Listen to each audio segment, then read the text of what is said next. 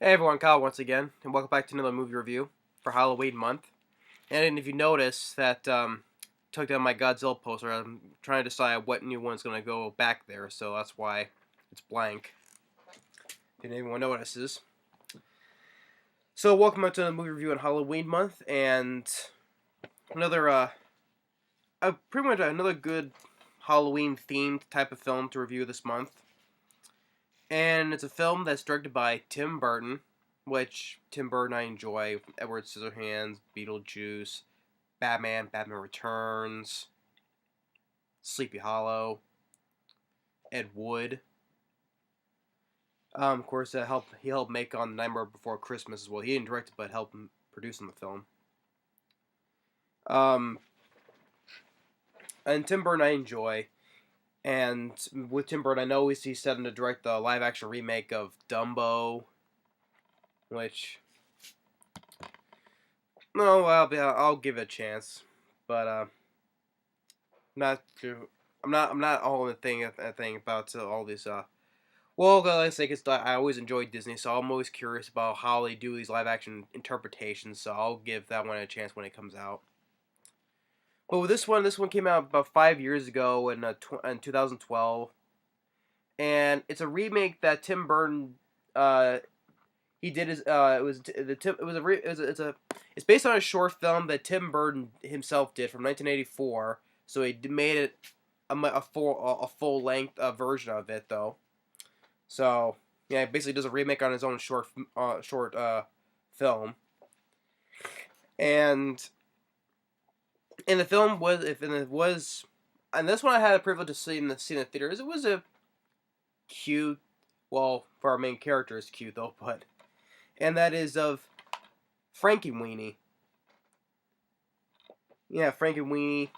I thought it was a well-made, good animated stop motion animated film. I thought it was a well-made, pretty good, and I like the hope that it was done in black and white because Frankenweenie was apparently an homage to different things related to Mary Shelley's Frankenstein, like our lead character. His name is Victor Frankenstein. So, and you get the other homages as well. Like until on other stuff as well, but mostly Frankenstein stuff, which I'll get to though. But it's very well, it's very parodied of it. And you got collaborators of Tim Burton. You have Martin Short, who was in Mars Attacks with Tim Burton. Catherine O'Hara, who was in Beetlejuice. Yeah, Martin Landau, who was in Ed Wood, and he had a little appearance in the beginning of Sleepy Hollow as well. And Winona Ryder, who was also in Beetlejuice.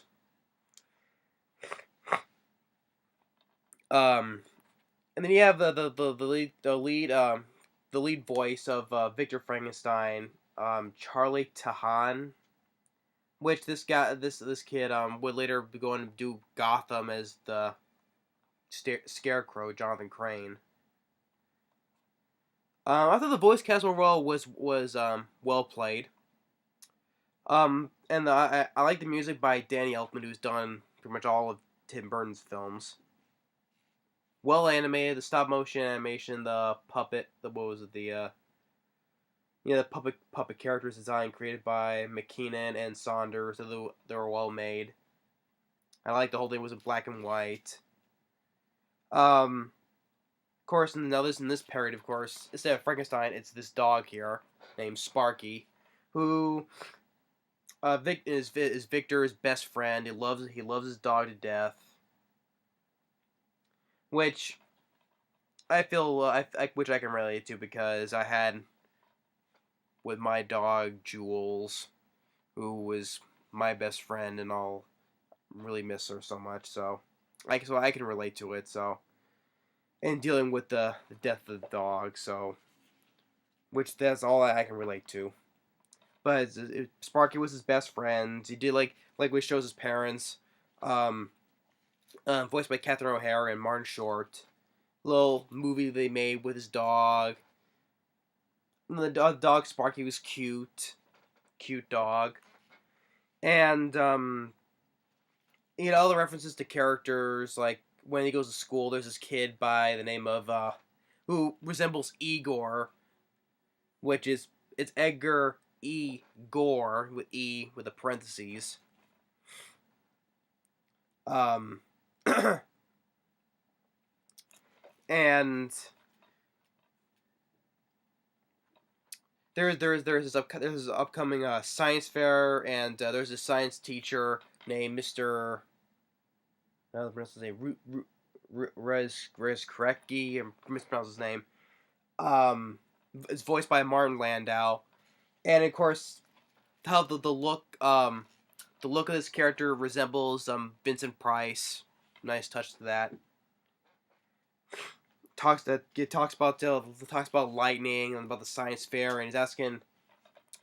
Victor goes home and asks Dad about this thing about the science fair, and his dad. Sorry, I'm a little bit short voiced here. There's this cough going around.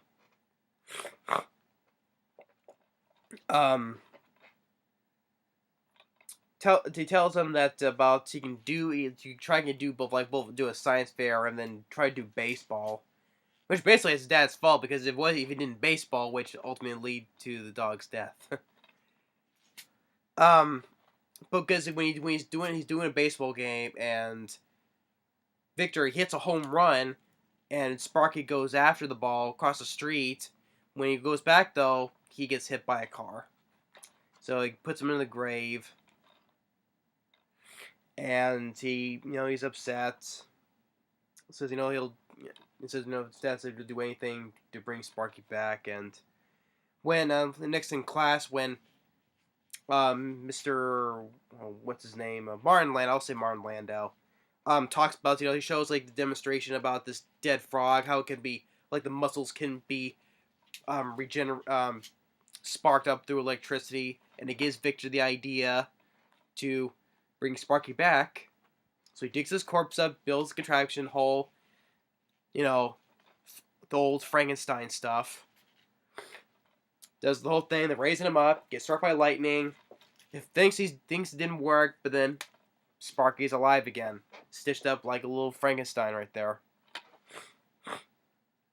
Still really taints all the memories of about his owner and stuff like that, so he's rejoiced, he's happy to see that his dog is alive. And the little moments when his tail falls off, he's like, I can fix that. And goes to the backyard. There's the next door neighbors who's the mayor, but has his nieces there or her dog.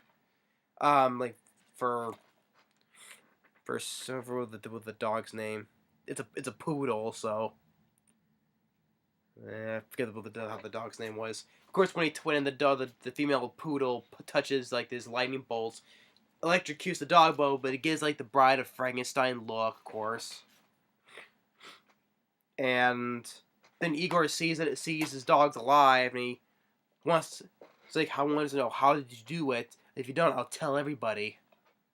So he decides to show him how to do it, and he tries to revive a dead fish, and turns invisible. You can see the little skeleton, but it's very invisible. Goes and tells, of course, he says, don't tell anything, don't tell anybody. But of course, the kid, finger crosses. Goes and tries to tell the other kids, and they see, oh wow, it's there. Gets a bit at one of the fat kid basically. But then there's other kid who kind of looks like Frankenstein-ish. Says he thinks it's all fake because there's nothing in it. So the other kids they try to do other things besides that experiment. Try to do other science stuff, and the fat kid gets injured, and the whole town has a meeting that it's because of that guy teaching our kids about science and all that. And the guy comes up, and he starts belittling the whole town because he's not from here. He's not from the town. But you guys are about science and this and that, and he gets booted out. And the gym teacher is there in the guy's place. But that's when Victor goes to have a talk with the teacher before he leaves. talks about the question about his project. It worked the first time, but it didn't work the second time, and he's asking, well, did you love your first test? Yes. Did you like the second test? Not much. Even it says about the difference between good and bad in science, though, you have to be careful. The guy gives the kid a handshake before he leaves. Some nice advice. Say that you are a scientist. So now the kids, they decide to do that their experiment, bring in stuff to life. But after when Victor's mother is up in the attic and sees Sparky, she kind of gets scared, and the dad comes in. Sparky gets a little scared himself, so he runs away, and he gets frightened by everything, and then he goes back to the graveyard, and he stands and lies down on top of his own grave. And then the kids, they go into their attic to see the equation, which when they go to which is kind of a nitpick though, because the family goes to look for Sparky, they don't bother locking their doors or anything when they leave, so they just leave their door open when the kids go up to the attic to look at the thing. So that's a nitpick right there though, but still, that didn't bother me though. It's just like, oh, so when they leave the house, they don't bother locking their doors or anything.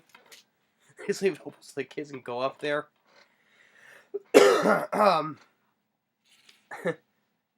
And so the kids try their experiments. Like, one kid has this big mausoleum in the pet cemetery, which is he revives this one dinky little hamster named Colossus.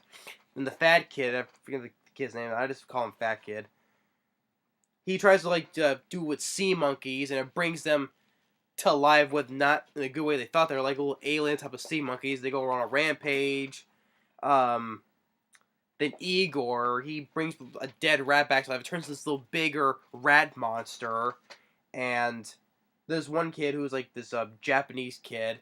Of course, he has a pet turtle named Shelly, hence the mention of Mary Shelley. And he has a pet turtle, brings that to life, but it turns into this. But it got crossed with some growth, plant growth. Turns into this giant representation of what's the one? Gamera. Yeah, the giant turtle one, Gamera, turns into the exact look of it, and it starts stomping or rampaging. And there's town fair, which is the Dutch Day, which the mayor is looking forward to.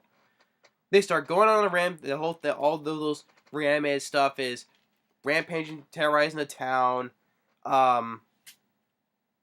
When Victor finds Sparky, and also with those other girls, like this big bug-eyed, tries to resurrect this dead bat, but the cat picks it up and gets electrocuted, and now it gets crossbreed with the bat, and the cat turns into a cat bat creature.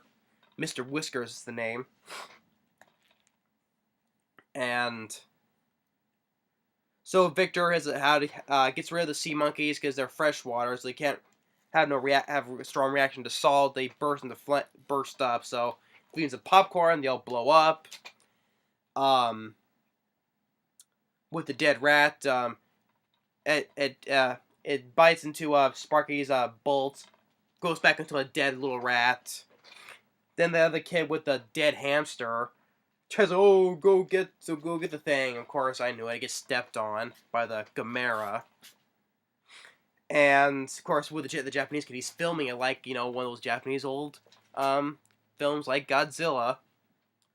There's this barrel of like alcohol, I think, is leaking out, and then Victor gets the electricity with the landline, electrocutes, and poofs back into nothing but with a small turtle shell.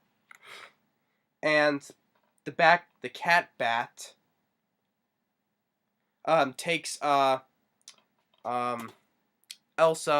Van Helsing, that's Winona Ryder's character, takes the dog, and they go after it, and the mayor blames the dog, and the cars hence go to the reference of Frankenstein. The whole towns get their torches, and they chase it up to the windmill. Windmill. Windmill. I'm gonna say that. And Victor goes, and the they go up there. The whole town is there, and the girl and her dog make it down fine. Victor, he falls. The fire, of course, the mayor actually starts lights the windmill on fire with a torch. The whole thing is burning.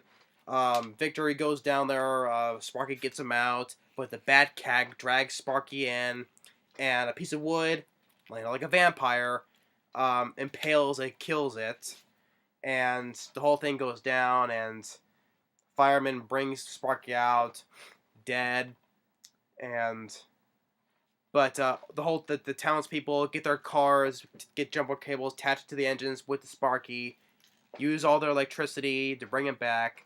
Thing is, he's dead. He's not coming back, but he does come back, and Sparky and the poodle touch noses, and it says the end.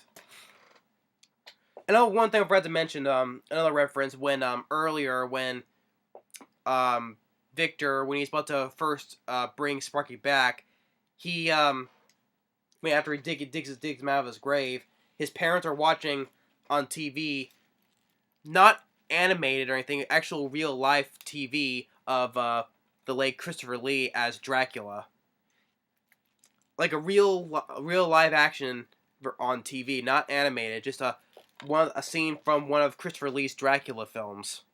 That was a nice touch there, and of course, Christopher Lee also worked with Tim Burton as well. May he rest in peace. So that was a nice little touch there as well. But yeah, Frankenweenie, it's a cute film. The dog is cute. Definitely the Sparky was cute. And it's well animated.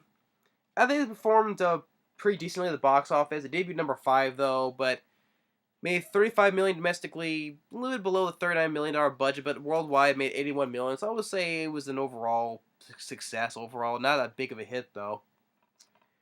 But it has a 7.0 IMDb and has a high 87% Rotten Tomatoes. So it got a lot of praise from critics. It was nominated for an Oscar for Best Animated Film, but it didn't win. But it did win the Saturn Award for Best Animated Film. So it won that though.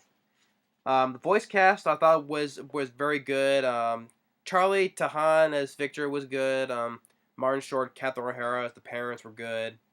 Martin Landau for the appearance of doing an interpreted character looking like Vincent Price was good too. Winona Ryder, she says some dialogue, but she's not in that. She doesn't say stuff that much though. But overall, decent. Everyone will get all the puns referencing to other stuff like Frankenstein, all the Gamera and other stuff that's referencing from other films as well. But I said it's well animated. The stop motion puppets and all that were good, well made. Danny Elfman's score I like. The film is only about when the time the film ends is about an hour and 20 minutes. It's 87 minutes, so minus the credits, it's about when the film ends, an hour and 20 minutes. So it's not that long of a movie. It's a short film. I thought it was a good interpretation, Tim Burton, of this version, the parody of the whole Frankenstein aspect. Like I said, Sparky was cute dog. But overall, yeah, I enjoy Frankenweenie. It's a good Disney film to watch around this time, and for Halloween month. And I like the whole thing. It was black and white, hence all thing for everything to do with Frankenstein as well. The windmill too, and the townspeople with the torches. But yeah, I would give Frankenweenie a thumbs up. I'm glad I saw this in the theater. It was a good, interesting way of watching it. If you wanted the film, I would say it's a good way when I saw it back in 2012. It's been 5 years later. I can't believe it. But yeah, and it was well made by Tim Burton. I would say it's another good Tim Burton movie. I like this a lot better than Alice in Wonderland. That's a live action Disney remake I did not care for. That's one. So I like this a lot better than Alice in Wonderland, or let alone the sequel, Through the Looking Glass. So, yeah. Well, Tim Burton didn't direct that one though, but he produced it though. But he directed the first one, so I like this better than both Alice in Wonderland films. But yeah, that's my review on Frankenweenie. Thanks for watching, and stay tuned on the next movie review. And we'll see you later.